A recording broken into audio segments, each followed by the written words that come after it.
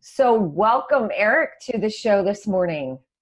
Thank you so much for having me. I really appreciate it. It's a honor and privilege to be invited on the show. Well, I'm excited to have you share some of what you're up to with our guests. And I want to start with one of the questions that you answered on the little show notes that I send out to guests is, what does it mean for you to live a life illuminated?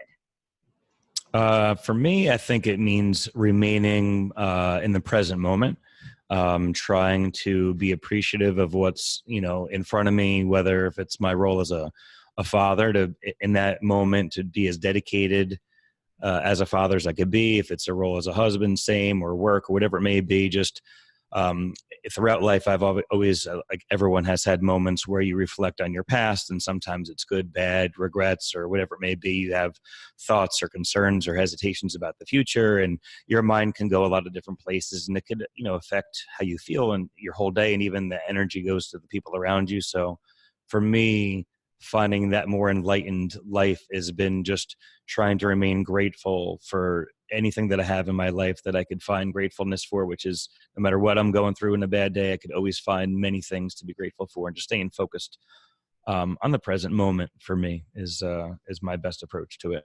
Yeah, and you mentioned too that one of the things that helped define that for you was some of the things that have brought adversity or sometimes in your life that haven't always been the greatest. Is there a particular defining moment that you can think of that you could share that actually shifted Sure. you?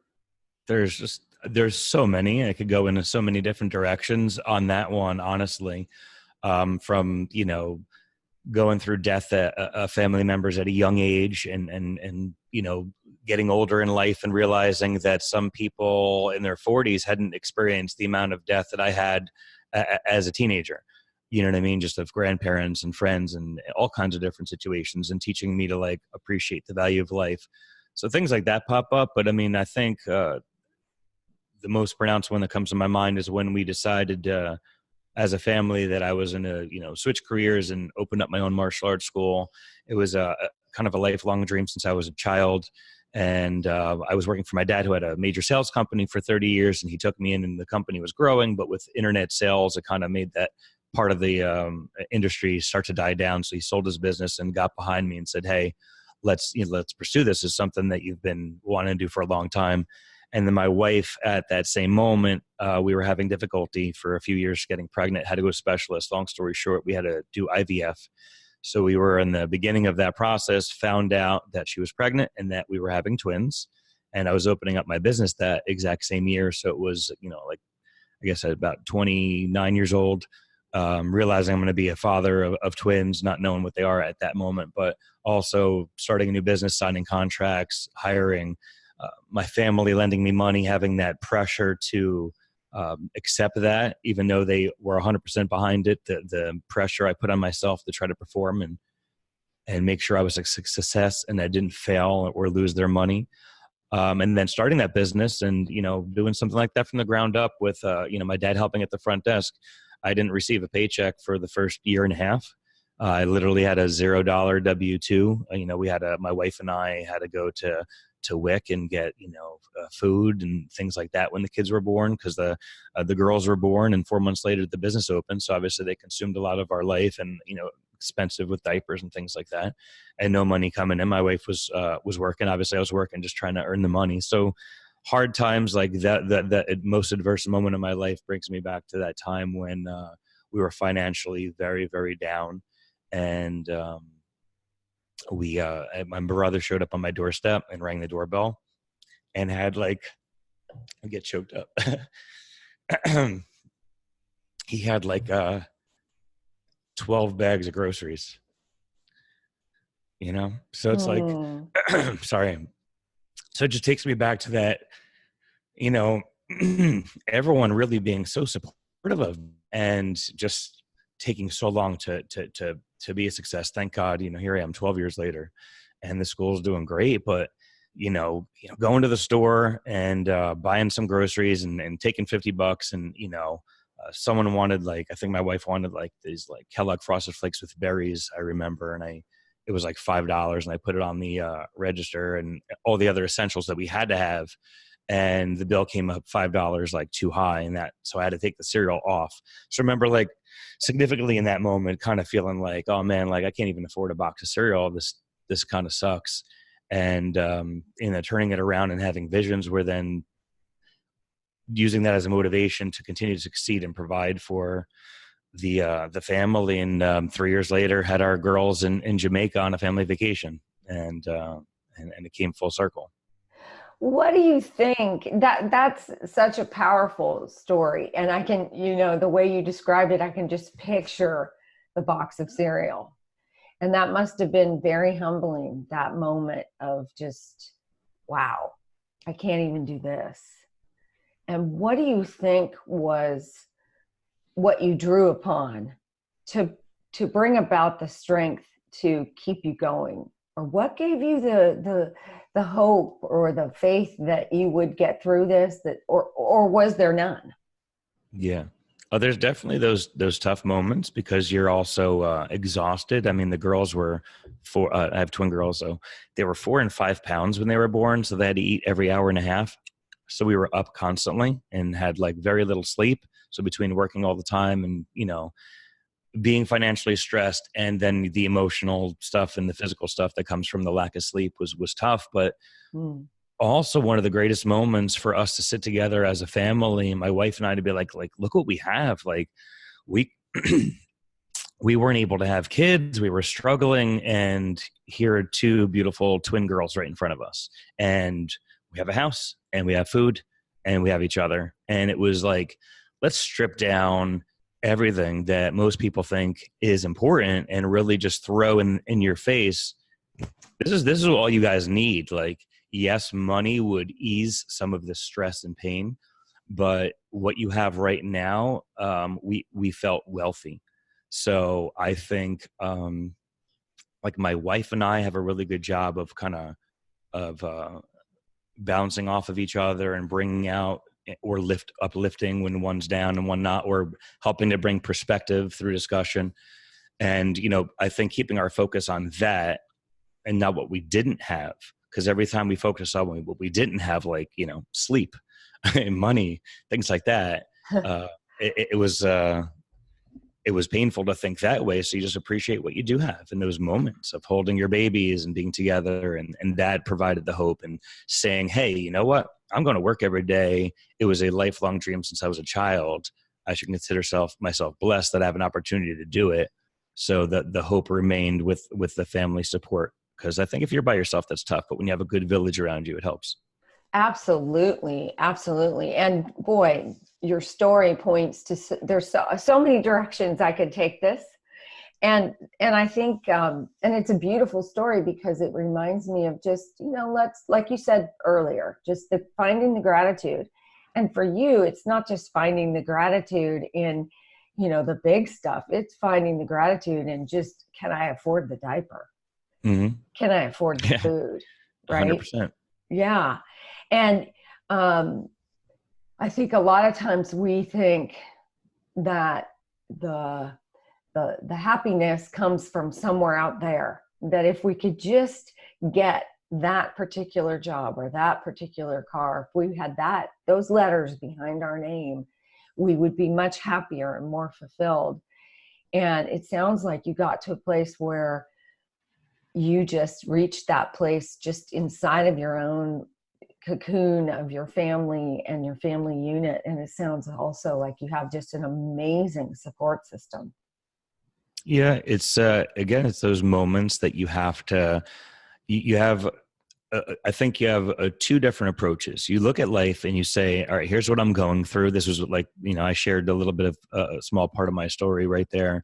If I focus on that moment, there's 2 ways to look at it. One way is look at all the stuff I'm stressed out about: money, sleep, work, and there could be all these things. Nothing really changes. Those are truths and those are realities. Because sometimes you say to people, well, remain positive, blah, blah, blah. And people say, oh, you live in a fairy tale. I have to deal in the world of reality. And hey, these are all truths. So yes, these things exist. So I have 2 options. I go through life with all of these things existing, and I am stressed, and I'm in pain, I'm in depressed, I'm in doubt, I'm hopeless, is option one.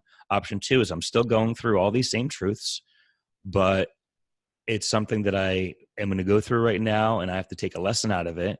And if I can get through it and remain grateful for the things that I do have in my life that I have control over and I'm happy for, I could focus on it, still go through the same truths on the side, but approach it in a a healthier, better way where it feels better to go through. Nothing changes the reality of what you're going through, but how would you like to feel going through these things? I prefer option two, because option one, when you do get sucked into that way of thinking, it doesn't feel good. It lingers, and no one likes that. So I prefer to try the other path and focus on the good things, even though I could also acknowledge that these realities. Nothing takes away from that, but I'm going to remain positive and grateful for all these things in my life that I do have that I'm happy for. Yeah, and don't you think too that one of the things you said was the things I have control over, that a lot of times we think that we're in charge of all of it. And if I just control the environment, it'll all work out. And I think in some cases, it's best to just let go and let it unfold, right? Do the things you need to do, right? The things that need doing that you're responsible for on a day-to-day, not like you can just float through life, but to be mired down in the things that we can't control isn't all that productive. Yeah. If you focus on, listen, another, I think it's a Tony Robbins quote, and it's like, when you're going through a challenge in life, you either can accept it or you could change it. If you can't change what you're going through, you have to accept it. And if you can't accept it, then make a change. It's one or the other. So sometimes if you could break it down that simply, and I'm like, hey, there's limited, whatever. I'm tired. I'm poor at the moment. I'm working tons of hours. We're exhausted. I got the kids in the morning. She's got them at night. We're barely seeing each other. We don't know what day it is. We're changing literally 150 diapers a week. You know what I mean? It's overwhelming, but I can't control all these things. So let's take a step back and breathe. And like, hey, you're in front of me, because I remember someone that just passed away, a friend of ours that, may have just had a heart attack in 40s, and you lose a family member like that, or someone dies in a car accident, or someone gets cancer. And you go, if I had one more day to spend with this person, how valuable would that be? And here I am in front of someone and children that I absolutely love and adore. And I'm going to be so negative and so stressed out about these surrounding events in my life that I'm not going to allow myself to appreciate what's right in front of me. If you just, I think, shift your mind a little bit when you're going through those things and keep your focus in the right spots, it helps you to stay hopeful in it. Because if you can't control something, you're just going to drive yourself nuts. There's no way around it, Of course. And also too, I think as parents, we have to be reminded that the energy we bring to the party isn't just here. It isn't just around us. It goes all around us to them. And they pick up on it, whether they vocalize it or really understand tangibly what that means, doesn't matter, because they pick it up. I remember a time when I was, truly, I thought I was at the edge of just sanity, really. And I just remember the behavior that I had, the anger and the short-temperedness and the impatience and just living in this state of hyperventilation. And I remember physically, that was that defining moment for me of like, you just can't keep doing this. You have two little kids who are watching and emulating and absorbing everything you're doing and everything you're saying. And is that the kind of mom you really want to be? And that was the defining moment for me. Was there a defining moment for you? Was it the cornflakes? Yeah, listen, there's as I've mentioned, there's been many defining moments, throughout my life. I lost one of my best friends when he was 19 years old. I go back to death with family and friends, because I feel like in those moments when you are at, your mourning at a funeral, wherever, and everyone is, sharing stories, often you see friends and family you haven't seen for years, and everyone's like, oh man, it's so horrible that it took something like this to bring us all together.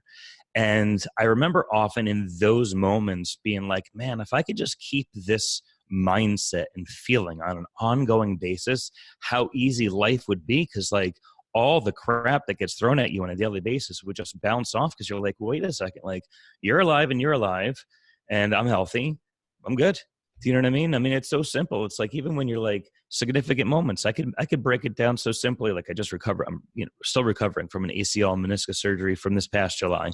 So I'll give you an example like that. I'm obviously an active martial artist, going from being someone super physical to someone that was limited to doing nothing and just standing, to get on crutches to go to the bathroom. My leg would swell and I would be in agonizing pain, for, a couple weeks at a time, and going through rehab, blah, blah, blah, blah, blah.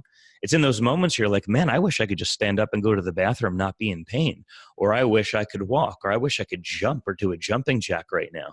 And it's like moments like that you're just so appreciative, that when you start to get your health back, you're like, that's amazing. And then I stop to think in those moments, those little moments, it's like, man, you have something to be grateful for every day. If you could see, hear, eat, go to the bathroom, get through your daily life without tremendous pain, man, you're blessed. And I think all these different circumstances and a million stories I can give you in life just break down to that simple thing of just remaining so grateful for the things that we just take for granted every day, and unfortunately allow nonsense to come in and push our buttons and invade that space, But don't you think, I mean, obviously looking back at your life, that these are defining moments, whether it's the friend who passed away really early or family members or anything that like you've shared.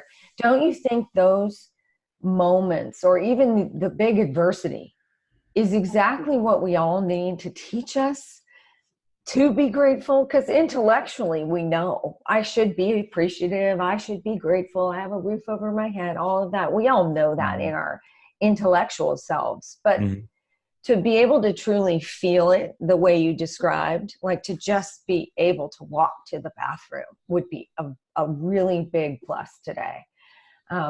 Sometimes we need that adversity to wake us up. I think you do. I think that, and it comes from a good heart. We try to protect people and support them, sometimes often too much, where people are getting coddled. And you're seeing, even obviously I teach children from 3 and up. So I've the psychology of children over the last 20 some odd years of teaching from, teens and up. You see all these different ways that you could approach. And when they are overly coddled and don't face adversity, they don't know how to cope. They don't know how to deal in life.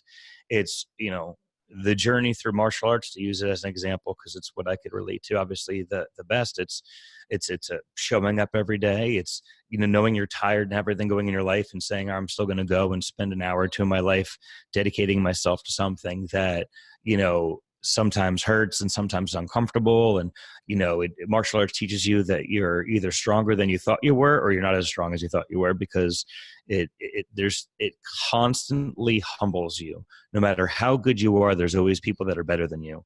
And when you're in those down and out tough situations, when you're training with one another and you have to dig deep and pull through, it to me reflects to the same lessons of life that you're bringing up, that adversity, although painful at the time, if you again change your shift and say, well, what is the lesson I'm supposed to be learning from this? What can I have to go through this regardless, so I can go through it and be miserable, or I can go through it and be like, well, there's something I should probably learn or take from this. So what's my lesson here? So it's like, what's the question I'm going to ask myself? Like, why me? All right, well, you get one answer. Or what's my lesson here?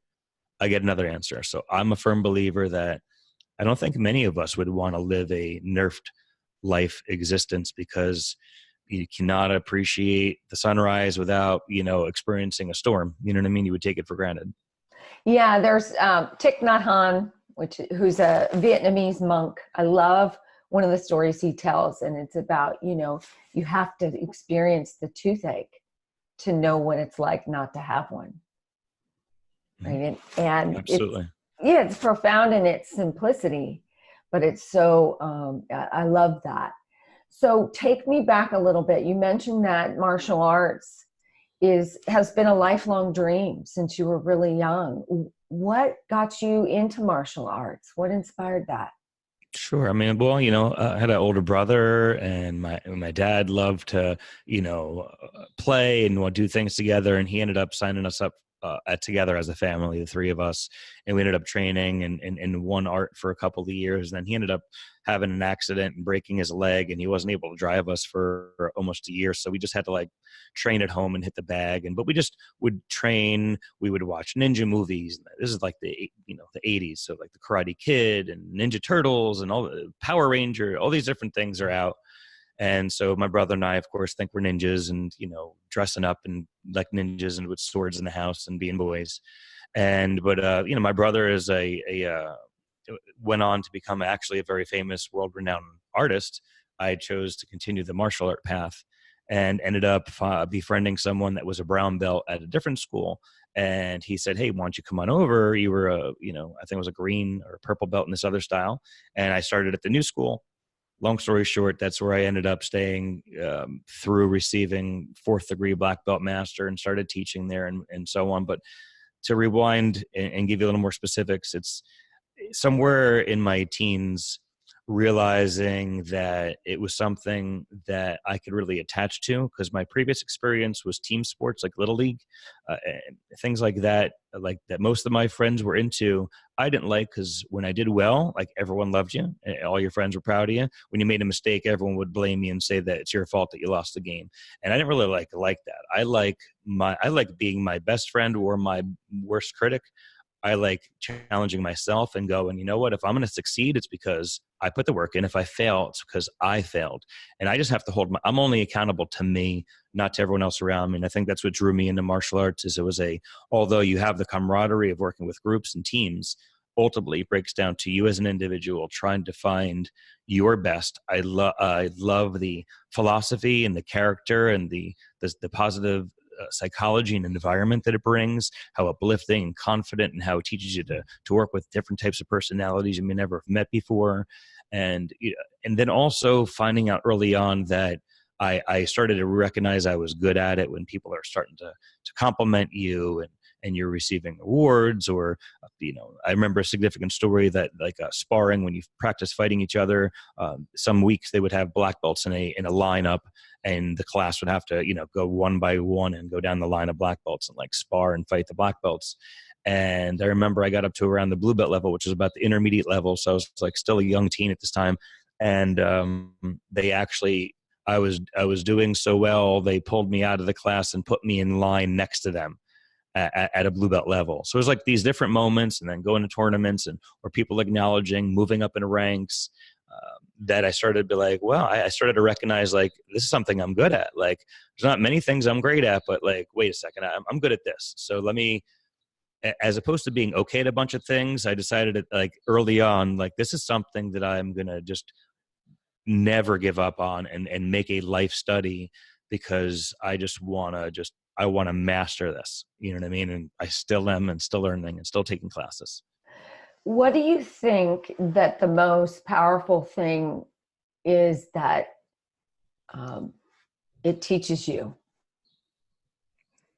I would one thing, empowerment. And I don't just say that in a physical stance of a cocky walking around like I could beat up everybody. It's not that. It's through all these other little things I could break off and tell you about, if I just keep it simple and say that it shows you your absolute weakest side of yourself and your strongest side of yourself. And it constantly pushes you to want to consistently grow and succeed, and understand that failure is not something to avoid, but is something that should be welcomed. And that you should constantly surround yourself by people that are better than you. And that ultimately it's the overall empowerment that it gives you of working hard towards something, and then seeing the fruits of your labor come to fruition, and then realizing that it is also teaching you that there is literally no end. There's no deadline of, okay, now I know it all. It's a lifelong study that consistently makes you feel better about yourself. And I think then therefore it projects other aspects of your life, of the confidence of not even knowing that you could fight and defend yourself, but knowing that you don't even need that. You don't have no no ego to prove out there unless you're absolutely forced to, because you're testing it so often in a controlled environment. So empowerment would, if I had to break it down to one thing. Well, I just think it's certainly not one thing, right? It's the whole picture, because what you described is a journey through life, right? Mm-hmm. Constantly seek the person that's better than me so that I can continue to rise up. And I think without, and earlier you mentioned that part of your success through the difficult times was the people you had around you that were supporting you, and that you really realized you couldn't do it alone. I think, I don't know for sure, but it sounds to me like your lifelong journey inside of this particular passion of yours has taught you everything about how to handle these adversities and how to approach it. And I love that earlier you mentioned humbling too. Mm-hmm. That doing what you do and being a teacher of what you do, I think, is the most valuable thing of all, because it's one thing for us to learn something. It's another thing to teach it, right? To give it away, mm-hmm. to give it away.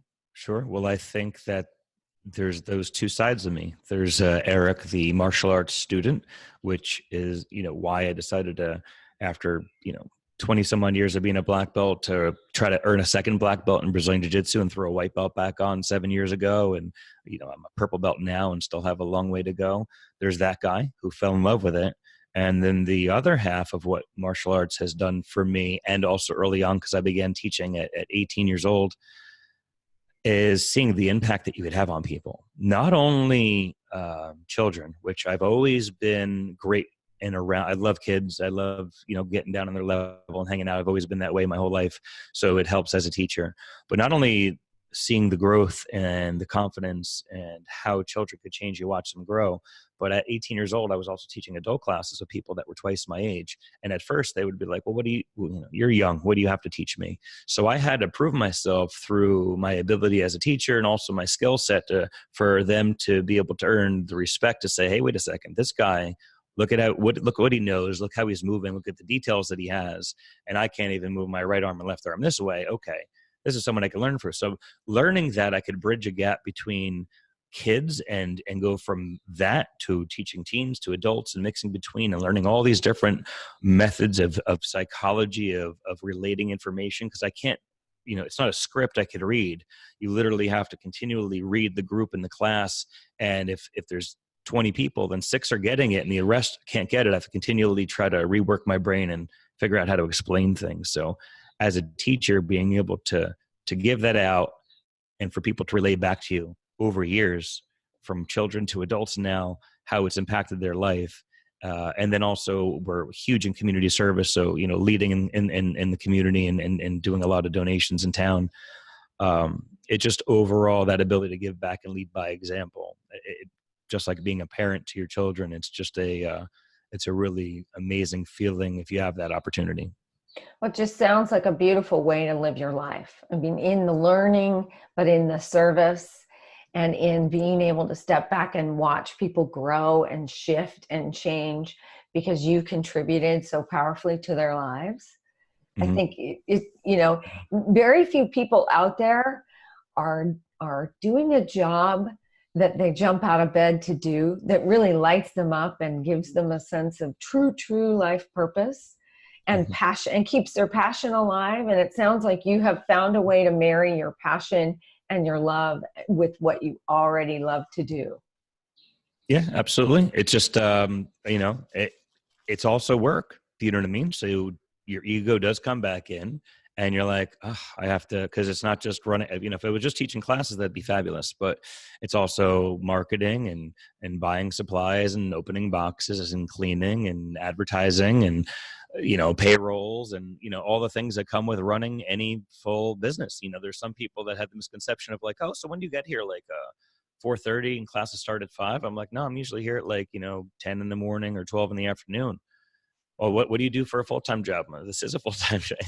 There's a full business to run. You can't just unlock the door, bow in, turn the lights on, teach class, mop up and leave, So when you have the moments of like the work part of what I do, I have to keep myself in check still. It's not like it goes away. It's an ongoing practice and muscle that you have to work to go, hey, idiot, stop getting caught up in your day, because you go out and you teach a class and you have this amazing experience. The kids run up to you and hug you, and parents tell you what how great their kids are doing in school. And then you're like, oh yeah, that's why I do this. And you get these constant smacks across the face of like, let's stay in the present moment, dude, but again, it's like, if anyone's hearing this and thinking it's like, I have mastered this. No, I make the mistake, and I'm trying to get better at recognizing it faster and keeping myself in check faster. But just like all of us, I have those days sometimes you're like, oh man, I'm in a rut, need to get out of this. Yeah. Yeah. And so who can you think of somebody who has been one of your biggest role models in your life or inspired you in some way? In life in general or in martial arts? Either. Oh, okay. Again, could go either way on that one. So I'd say I would have to keep it as close as possible. If I have to pick one thing, it would be my family, my brother, Jay, who's 4 years older than me, and my dad and my mom, and the fact that they taught me to have the certain type of work ethic that I have. They taught me how to appreciate. We had a nice life growing up, but we never were raised to be entitled. So like the ability, support, and strength of the people in my life that were closest to me that helped shape me to become a man and teach me about life, and to have that older brother to consistently still go to for advice, and a dad, and that I had my dad co-owns the business with me, so I work with him every single day at the desk. So being able to constantly bounce life off of each other and share that experience. So, I mean, I could choose other people, but if I narrowed it down to the most important, it would be my family, and specifically my father, Paul, and my brother, Jay. Yeah. And well, tell me about someone else who might be one of your biggest influences. Doesn't have to be just the one. Sure. Well, listen, obviously, I can't not mention my wife, Tiffany, because we've been together since she was 19. I was 21. So, I mean, what she has also taught me is how to always recognize different viewpoints and situations, and to help also shape me to look at things better, to learn how to communicate better, to raise women, to learn how to communicate, and to understand the psychology of girls, so that I could raise them up to not only be confident and independent, but to have an open relationship where they can feel confident to share with me. So I have to respect the role model as a friend, as a spouse, and as a partner, as a parent, to help me become the best I can in that part of my life. And on like a friendship side, my friend that passed away was a huge influence, for me to continue opening up the martial arts school. It was like a mutual dream of ours. And then I have, several instructors, my jiu-jitsu instructors, over the last few years, have been a huge influence on me in reinvigorating, my love to train again, because you teach for so long, you get caught up in it. So I have one of the most legends in martial arts, in an MMA, this guy Ricardo Laborio, that I had an opportunity to train with for many years. Another world champion, female, phenomenal, Professor Emily Kwok, and her partner Art Kynes, and her husband Jerry Hurtado I trained under. And for the last 3 years, I'm with my new coach, Professor Bill Scott and Professor Jason Malley. Are, again, it's that, go back to the word humble. On one level of my life, I'm a 6th degree black belt master, the head of this school. On another level, I had to put a white belt back on. I'm a purple belt now, and I still have a long way to go. And you could go and train with people that can absolutely demolish you everywhere, day in and day out. They call it tapping when you're getting choked or arm locked or whatever it may be. You're getting tapped out multiple times a day. And to have new role models in life that take me back to the feeling I had as a child, when you look up to your instructor as like a second father, or a mentor, to have that again and reinvigorate my love as a student of martial arts, not just a teacher, has also in turn made me a more passionate, excited, and motivated instructor. So I have to mention them and a big influence on my life as well. Yeah, for sure. I think like you've mentioned several times already, life is a continuous journey. There's no end point. There's no place to get to.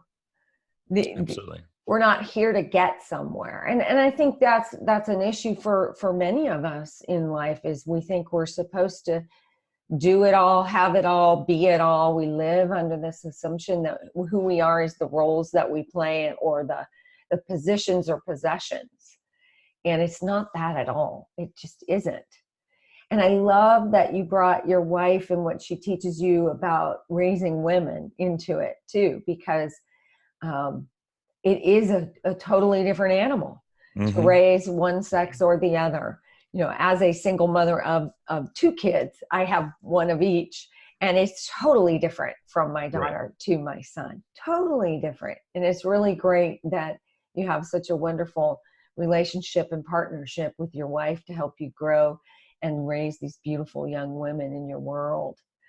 Do you have suggestions for anybody out there listening that might help them move to this place of just living a life that they envision, that inspires them and lights them up?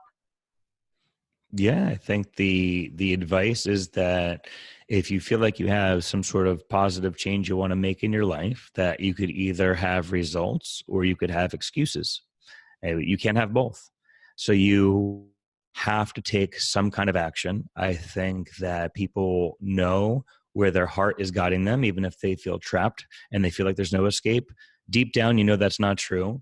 You can make life changes no matter where you are in your life, and pursue something that would, bring you more positivity and happiness and gratefulness in your life.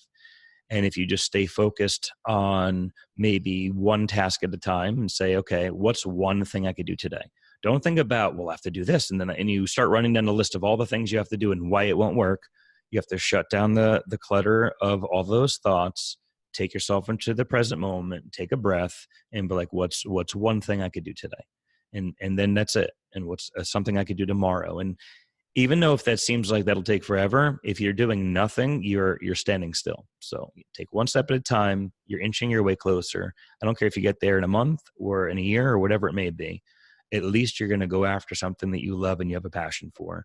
And whenever you're in doubt and you're feeling like there's no hope, I think you just have to take it again, a deep breath, bring yourself back to the present moment, and just try to focus on all the things that you have to be grateful for in your life, and know that if you stay after it and you don't give up and you keep grinding, because that's life. You can't just smile and hope it's all going to just fall around you, with rainbows. You gotta grind. You gotta get out there. You gotta work. You gotta push past. You could have your moments to mourn and be upset, and then you got to shake it off, and you got to get up and you got to push through. And yes, you could have the support of family and friends, and that's awesome if you have it, but you ultimately have to make the change from within.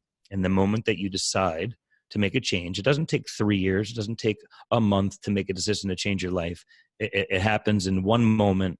You make that decision, you start a new trend going forward, and you just take control of your life, and success will come your way eventually, in whatever form that means to you, whether it's financial or emotional, spiritual, or whatever it may be. I love that, because I think that since we're living in such a Google life, some people, I teach meditation and I'm a life coach, and some people come to me and they're like, just tell me what I need to do to become a lifetime meditator and in this hour, right? And you can't Google peace. You can't Google serenity. You can't Google humility. You can't Google success. You have to live it and spend the time to settle in, like get tapped out and stand back up again, right? Over and over and over again. And I love that. So how can people get a hold of you, or where can we find more you, Eric? Sure. I mean, easily, like a lot of my personal profile would be Eric Alders. So, Eric with a C, Alders. You often use my middle initial G. So like on Instagram and in Twitter would be Eric G. Alders. I'm on Facebook. My martial arts school, the Karate Dojo, MMA and Brazilian Jiu-Jitsu is also available on Facebook, Instagram, and Twitter. And then hosting Life's Black Belts. Same thing, at Life's Black Belts would be on all the different branches of social media. So people can feel free to email me, lifesblackbelts@gmail.com. Otherwise, you could find me all over the internet. My martial arts school has a website. So if you ever happen to be in New Jersey and you want to come visit or take some free classes, feel free to go to the website and check us out. Awesome. And so do you have any parting words for anybody out there who's trying to live a life illuminated?